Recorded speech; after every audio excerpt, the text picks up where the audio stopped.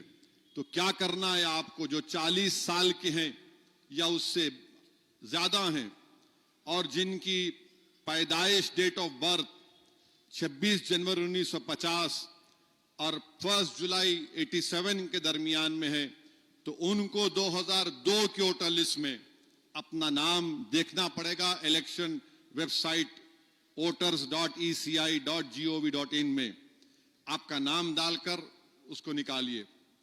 نام الیکٹور کا لکھنا ضروری ہے. پھر وہ کون سی ریاست ہے، تلنگانہ لکھیے. اور 2002 میں آپ کہاں تھے؟ اگر حیدرآباد میں تھے تو ٹھیک ہے، اگر آپ وہاں پر تھے تو وہ نکلوائیے. پھر اس کے بعد جو ڈسٹرکٹ میں تھے وہ آپ کو لکھنا پڑے گا. اور پھر کون سی اسمبلی کانسٹیٹنسی تھی 2002 میں. جیسا کہ آج کی تاریخ میں آپ دیکھیں گے 2009 میں جو اسمبلی الیکشن ہوا، جب یہ پورا بہادر پورہ اسمبلی حلقے میں تھا، چار مینار میں تھا. بعد میں بہادر پونہ بنا تو چوک کا علاقہ مثال کے طور پر، اس وقت تو یہ چار مینار کا تھا. اور اگر کوئی آپ کا نام موجودہ بہادر پورے میں تو وہاں کے پولنگ بوتھ سے آپ کو اپنا نام پولنگ اسٹیشن نمبر نکال کر نکالنا پڑے گا. اگر آپ 40 سال کے اوپر ہیں اور 30 جون 87 کے پہلے آپ کی پیدائش ہوئی تو 2002 میں الیکٹورل رول میں نام دیکھیے، اس کو میپنگ بولتے ہیں. اور پھر 2025 کو ووٹر لسٹ سے دیکھنا پڑے گا. تو یہ کئی 7 8 9 آپشن ہیں. دکھنے میں بڑا مشکل نظر آتا ہے مگر بہت آسان ہے.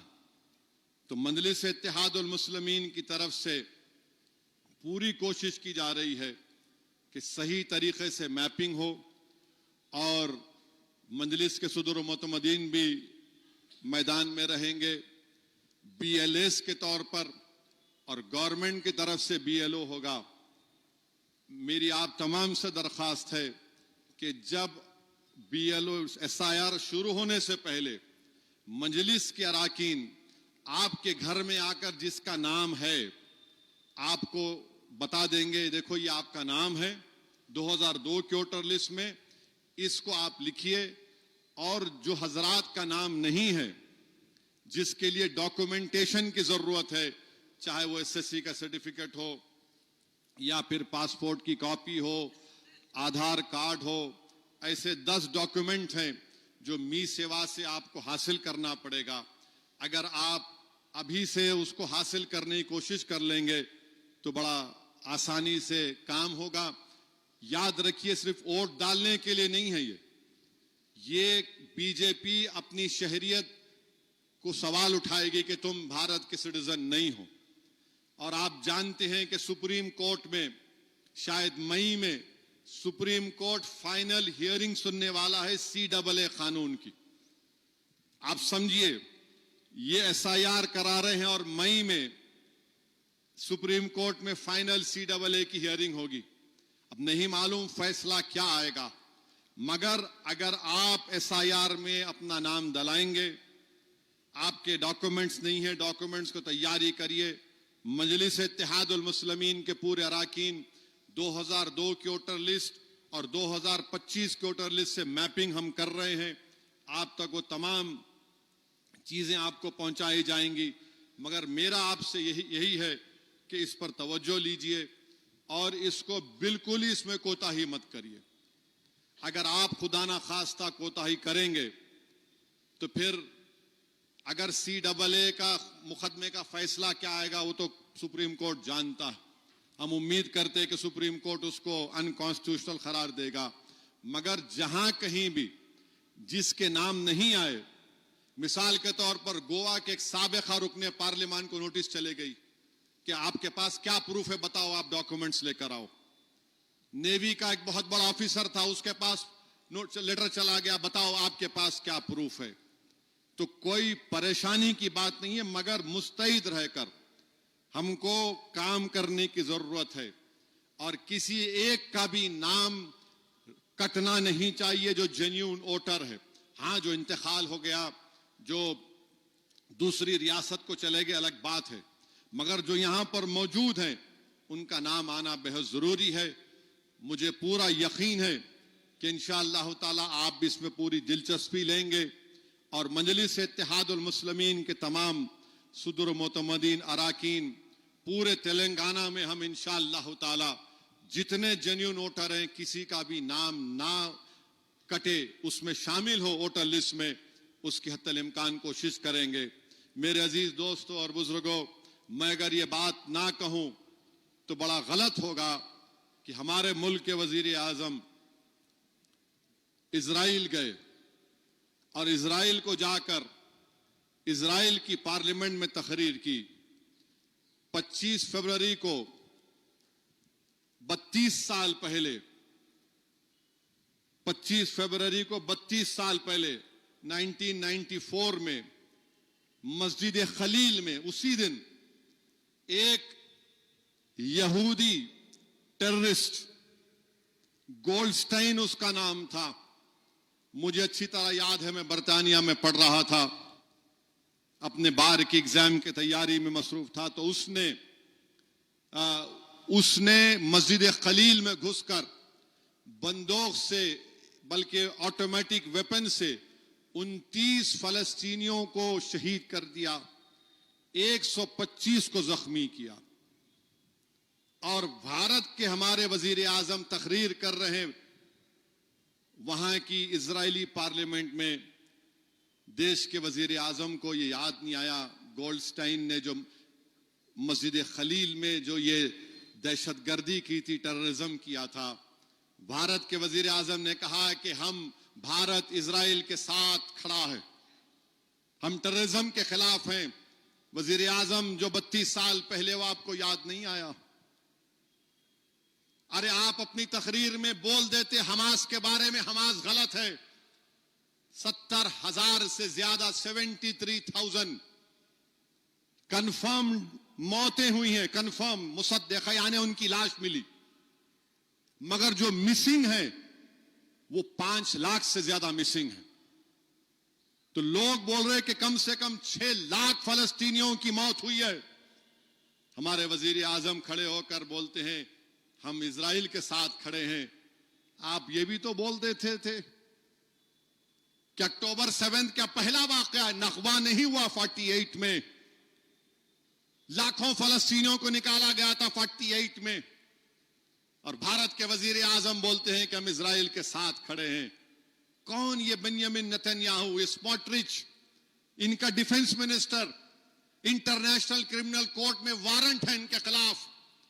یہ ظالم بنیامن نتنیاہو جہنم کا کتا یورپ کو نہیں جا سکتا, کسی یورپ کے ملک کو نہیں جا سکتا, گیا تو گرفتار کرنا پڑتا ہے اس کو.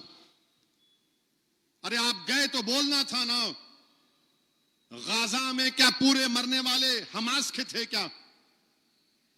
چلیے مان بھی لیا تھوڑی دیر, چل مار, کون تھے پھر یہ لوگ؟ 73,000 میں 36,000 چھوٹے بچے تھے, 15,000 کے قریب خواتین تھے, ہزاروں بلڈنگوں کو ختم کر دیا گیا. اس میں اتنا ملبہ ہے کہ ملبہ اٹھانے کے لیے 10 سال لگیں گے. ہمارے وزیر اعظم چلے گئے. ارے اچھا کرے گئے تھے, بولنا تو تھا نا, بولنا تھا ٹیررزم. تو کیا یہ ٹیررزم نہیں ہے غازہ میں جو ہو رہا ہے؟ آپ کو معلوم دنیا میں واحد ملک ہے اسرائیل جو ریسسٹ ہے. فلسطینی ہوگا تو اس کے لیے ایک الگ روڈ, جو اسرائیلی ہوگا اس کے لیے دوسری روڈ. آپ روڈ ہی الگ کر دیے. اوپن جیل ہے ویسٹ بینک, مغربی کنارہ ایک, اور غزہ ایک اوپن جیل ہے, اور مغربی کنارے میں فلسطینیوں کے گھروں کو توڑ توڑ کر وہاں پر یہ ظالم زائنسٹ لوگ وہاں پر گھر بنا رہے ہیں. وزیر اعظم وہ بھی نہیں بولتے. ارے کیوں نہیں بولتے آپ؟ اگر آپ دہشت گردی کو کنڈیم کرتے ہیں تو کرنا تھا, برابر حماس کو کنڈیم کرنا تھا. مگر جو اسرائیل کی دہشت گردی ہے, کون سا سیز فائر بولنے کے بعد بھی 1000 فلسطینی مارے گئے. یہ جو بھی سیز فائر ہوا, کیا ہوا نہیں ہوا. اور پھر یہ ملٹی کلچرلزم کہاں گیا بتائیے؟ کیوں نہیں بولتے آپ میرے عزیز دوستوں اور بزرگوں؟ اور یہ تمام B J P R S S کے لوگ بول رہے ہیں ہم اسرائیل سے ہتھیار خریدتے. ارے پھکٹ میں دے رہا 20 بلین کا ہتھیار خریدے اب 2020 سے 24 تک. کوئی بھی دیتا ہتھیار آپ کو؟ کیا فری میں بانٹ رہا ہوں نے؟ 20 بلین کا ہم ہتھیار خریدے اسرائیل سے. تو کیا ہتھیار پھر خرید کے کیا کریں گے آپ؟ ٹھیک ہے دیش کی سرکشا کے لیے, ڈیفنس کے لیے ہوگا, مگر آپ اتنے بھی تو کمزور نہیں ہیں کہ آپ ان کو یاد دلا سکیں. ملک سے باہر جاتے تو آپ بولتے کہ میں گاندھی کے ملک سے آیا ہوں. میں گاندھی کے ملک سے اگر آیا ہوں تو پھر اسرائیل کی دہشت گردی پر کچھ تو بولتے.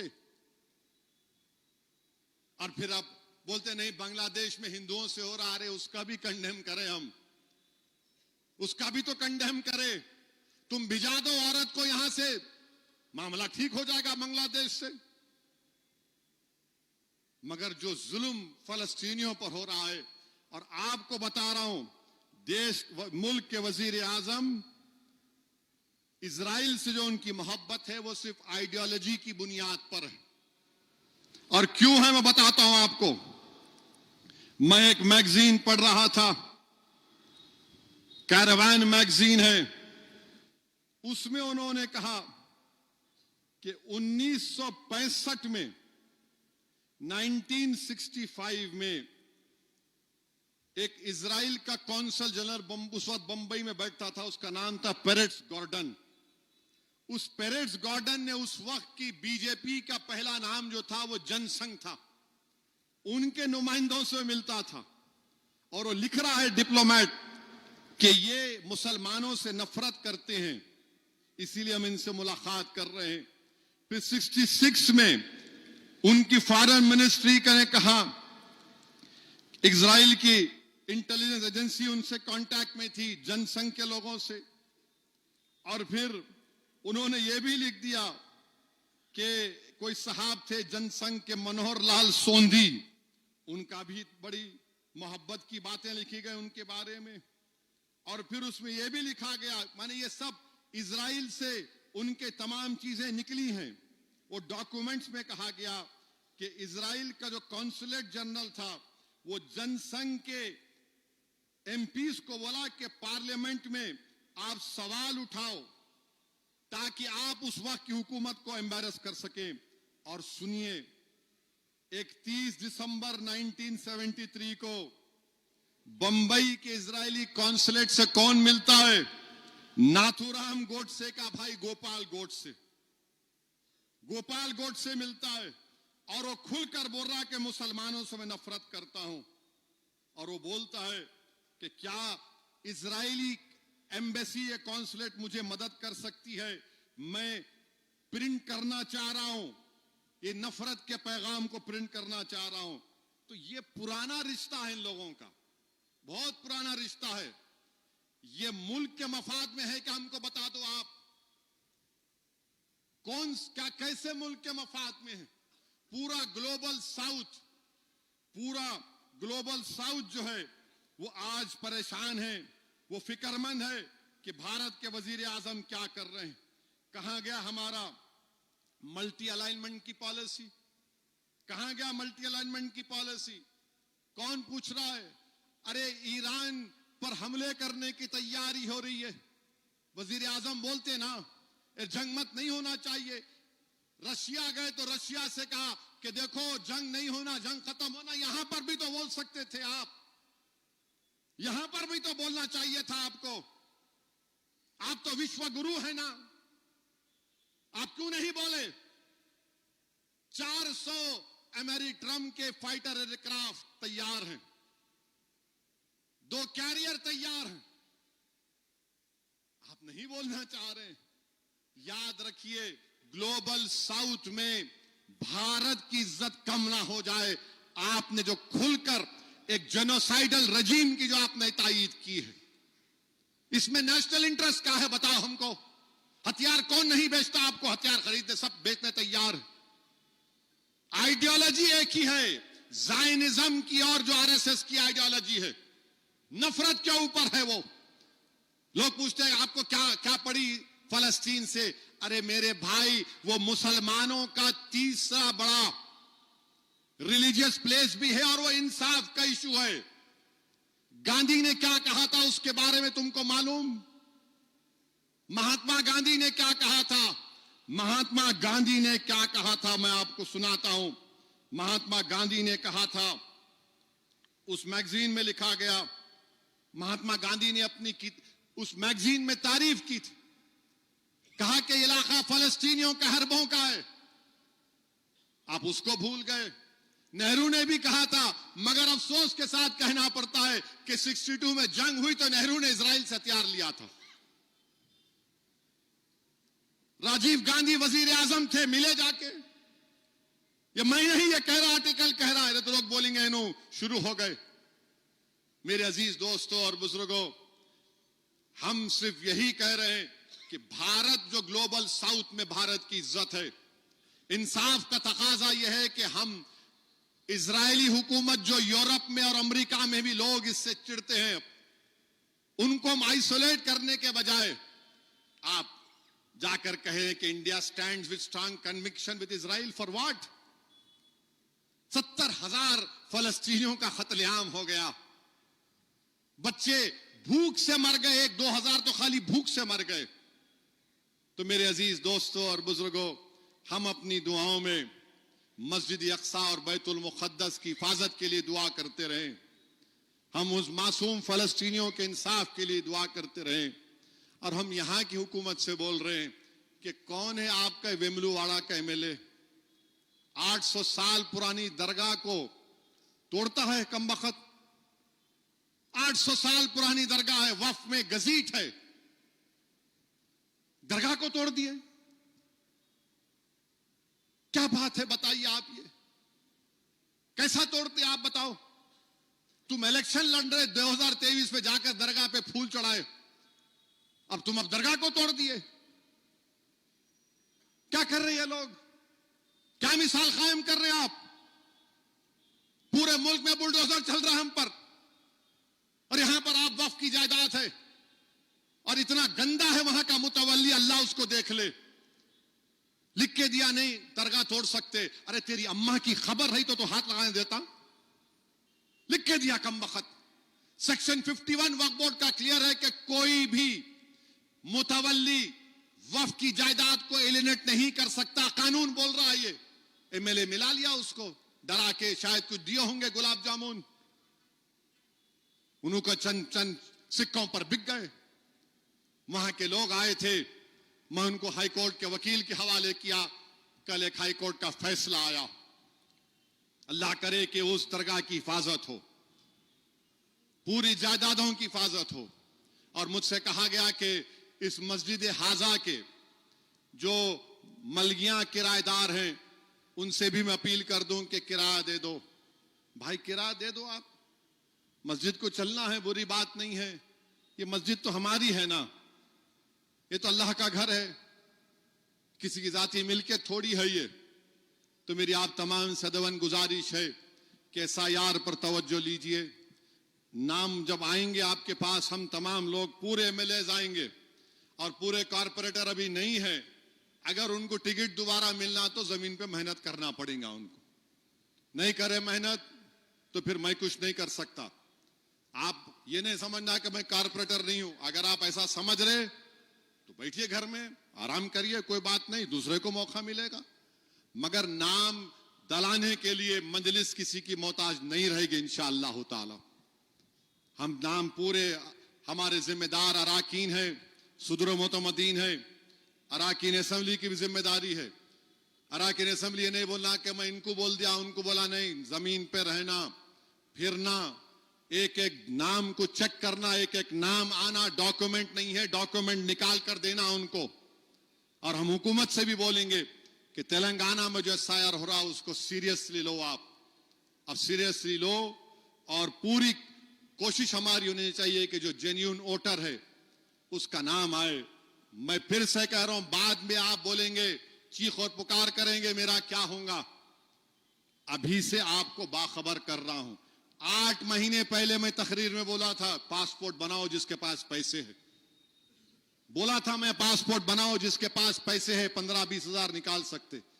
پاسپورٹ بناؤ, آپ کا پروف ہے وہ جو بنا سکتے. ہاں الگ بات ہے بعض لوگ جن کے پاس آدھار کارڈ ہے, 10th کا سرٹیفکیٹ ہے, جو بھی آپ کا یہ کیا ہے وہ پینشن کا کارڈ ہے, تو یہ سب چیزیں ہیں, اس پر ہم کو غور کرنا ہے.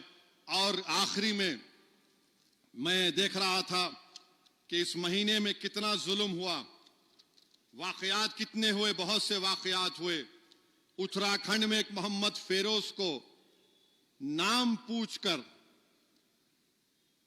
رودراپور میں مارا گیا. مار کر بولے JSR کا نعرہ لگا. پھر اس کے بعد آپ دیکھیے BBC کا ویڈیو ہے, اس میں میرٹھ میں واسط صاحب جو گاؤں میں کپڑا بیچتے ہیں, ان کو کوئی موہت صاحب ہیں, بڑے بانکڑے پہلوان ہیں, موہت صاحب نے پکڑ کر مارا, جیب سے پیسے چوری کر لیے, خاندانی چور ہیں, اور ان کو گاؤں میں پھرایا.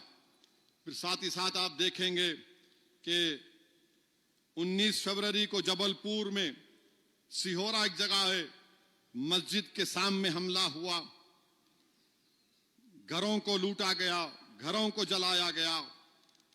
اور پھر 20 فروری کے دن جو ٹھیلے منڈیوں کو الٹا کر دیا گیا. اور گجرات میں شادی کا ایک قانون میں تبدیلی لے کر آئے.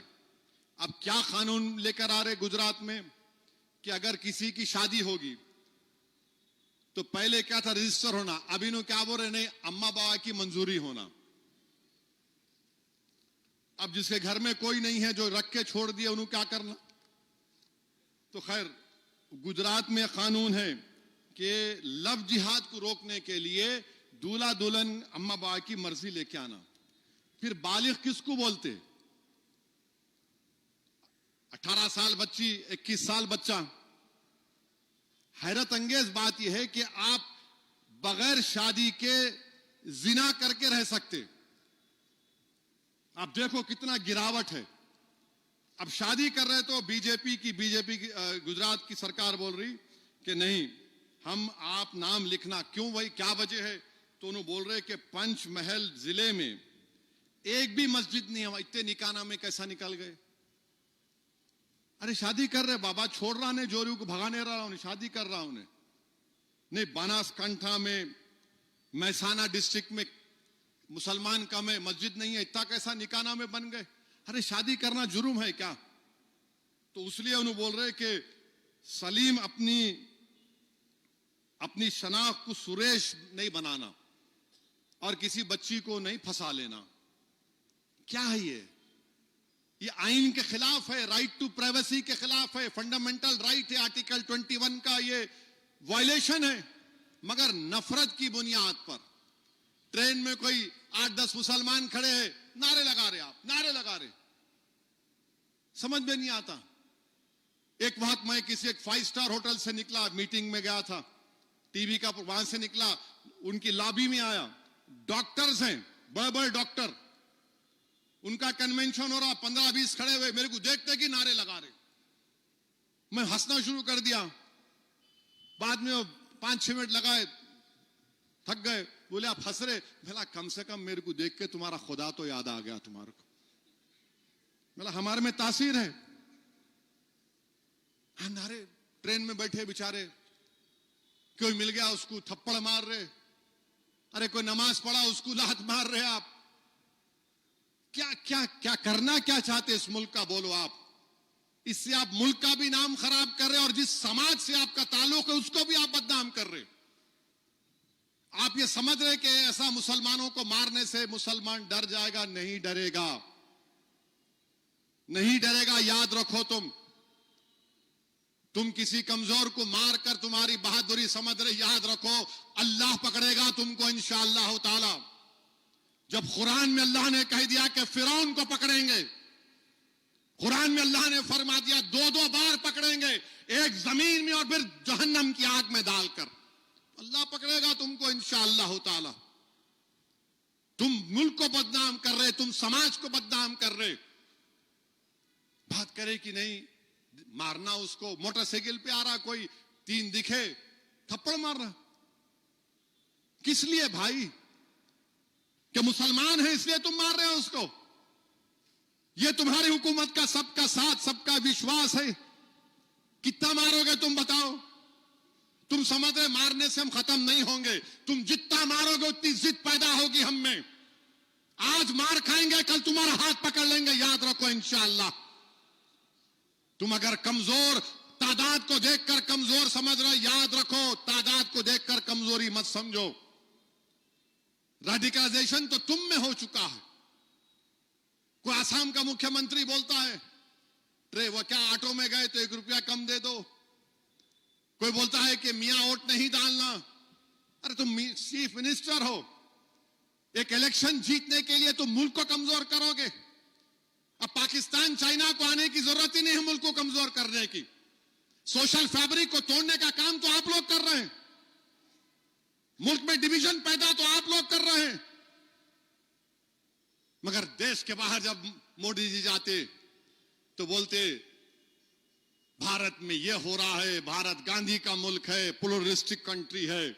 مگر دیش میں جو ہوتا مودی جی اس کو کنڈیم نہیں کرتے.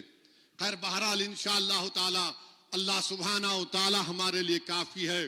حسبنا اللہ و نعم الوکیل, حسبنا اللہ و نعم الوکیل. اور اللہ قرآن میں فرما دیا کہ میری رحمت سے مایوس مت ہو. لا تقنطوا من رحمت اللہ, اللہ کی رحمت سے مایوس مت ہو. اللہ ہماری مدد کرتا تھا, کر رہا ہے اور کرے گا انشاءاللہ تعالی. جس طرح ہم نے اس ماہ مبارک میں اپنے مسجدوں کو آباد رکھا, اسی طرح آنے والے 11 مہینے میں مسجدوں کو آباد رکھیے. اپنے رشتے کو مسجدوں سے مضبوط کریے. اور میں نے آپ کے سامنے حضرت خدیجہ الکبریٰ رضی اللہ تعالی عنہا کا ذکر کیا, ہماری امت کی ماؤں کا ذکر کیا. مسلمانوں, کیا اللہ کے رسول صلی اللہ علیہ وسلم کی سیرت میں انوار نظامی صاحب بیٹھے ہوئے, ہمارے ظہیر الدین صوفی دارالعلوم برکاتہ تشریف فرمائے, کہ رسول اللہ صلی اللہ علیہ وسلم نے ہماری امت کی ماں کو کبھی مارا؟ بولو, اپنے آپ سے پوچھو جو مسلمان مارتے اپنی بیویوں کو. کیا ہو گیا تم لوگوں کو؟ کیا کر رہے ہو تم لوگ؟ ارے تمہاری بیٹی بھی تو ہوگی کل. اللہ کے رسول صلی اللہ علیہ وسلم, سنا آپ نے ابھی شیر خدا کا واقعہ, انور صاحب آپ نے سنایا. شیر خدا مسجد میں جا چلے گئے, رسول اللہ صلی اللہ علیہ وسلم جا کر ابو تراب بول کر اٹھا رہے ہیں ان کو, ابو تراب کہہ کر. یہ برائیاں ہیں, یہ غلط ہے. اور میں ایسے لوگوں کو جانتا ہوں جو باہر تو دیکھیں گے تو واہ ایسی داڑھی, بڑے نمازی, اور پھر گھر میں دیکھو تو یہ گندگی. یاد رکھو کھوکھلا ہو جائے گا معاشرہ, اس سے کھوکھلا ہو جائے گا معاشرہ. ایک باپ میرے کو فون کر کے بولا, میں اپنی گاڑی میں جا رہا تھا, ہماری گھر میں سب لوگ ساتھ تھے, اسپیکر فون بلوٹوتھ پہ, کہا صاحب رونا شمارا کیا ہوا؟ میں آپ کے گھر کے پیچھے ہی رہتا ہوں. بولا کیا ہوا, رو رہے کیوں؟ میری بچی کو مار دیا, میری بچی کو مار دیا. بولا کہاں ہیں تم؟ بولے میں پوسٹ مارٹم کے پاس ہوں, یا وہ فلک نما کے ایک ایسا ہی محترمہ ہے. بولا فون دو ان کو. کیا کریں گے آپ لوگ؟ یہ رسول اللہ صلی اللہ علیہ وسلم کی امت ہے. اللہ کے رسول صلی اللہ علیہ وسلم بی بی خدیجہ کے وصال کے بعد بھی آپ کا ذکر کر رہے ہیں. ان کے دوست آئے تو بٹھا کر کھانا کھلا رہے ہیں, تحفے دے رہے ہیں. میرے عزیز دوستوں اور بزرگوں, اچھے انسان بننا ہے ہم لوگوں کو. اور یہ ماہ مبارک ہم میں ایک تبدیلی پیدا کرتا ہے, ایک تبدیلی پیدا کرتا ہے. شیطان جو سب سے بڑا ایجنٹ ہے وہ قید ہے. اگر اس مہینے میں ہم اللہ سے گر گڑا کر اللہ کو راضی کر لیں, ہم سال کے 11 مہینے اللہ کی رضا کو طلب کرتے ہیں. یہ ماہ مبارک آیا ہے جس کی راتوں میں اللہ پکارتا ہے کہ میرے بندے کہاں ہیں, میں تجھے اپنی رضا دینے کو تیار ہوں. تو خوب دعا کریے, اپنے رشتے غلامی کو مضبوط کریے. اللہ غفور الرحیم ہے, اللہ ارحم الراحمین ہے, اللہ لطیف ہے, اللہ ودود ہے. اللہ مدد کرے گا انشاءاللہ تعالی. مجلس اتحاد المسلمین کی کامیابی کے لیے بھی دعا کریے. اب تو ہر لوگ ہمارے پیچھے پڑے ہوئے ہیں, کوئی بول رہا شیروانی, کوئی بول رہا بریانی, اب نہیں معلوم کیا کیا بولیں گے, مگر انشاءاللہ تعالی مجلس اتحاد المسلمین جو اس شہر سے نکلی ہے, خاک اور خون کے دریاؤں سے گزر کر ہمارے بزرگوں نے اس جماعت کو مضبوط کیا. یاد رکھو ظالموں, تمہاری جھوٹ, تمہارا الزام, تمہاری اقتدار, تمہاری طاقت مجلس اتحاد المسلمین کی کامیابیوں کو روک نہیں سکے گی. مجلس کامیابیوں کے منزلیں طے کرتی جائے گی, اور بھارت کی جمہوریت کو مضبوط کرتے ہوئے انشاءاللہ تعالی وہ وقت آئے گا. میرے عزیز دوستوں اور بزرگوں, میں اللہ سے دعا بھی کرتا ہوں کہ پروردگار اگر میری زندگی میں نہ صحیح تو کم سے کم ہم جب اس زمین کی غذا بن جائیں گے, ہم کو اتنا تو اطمینان ہوگا کہ ہماری زندگی میں نہیں ہوا مگر یہ ملت مظلومہ اور غریب اور مظلوموں کی ایک آواز پورے ملک میں ایک طاقتور سیاسی جماعت بن کر ابھرے گی. میرے عزیز دوستوں اور بزرگوں, اپنے اتحاد کو مضبوط رکھیے اور SIR پر توجہ لیجئے. بہت بہت شکریہ. واخر دعوانا الحمدللہ رب العالمین.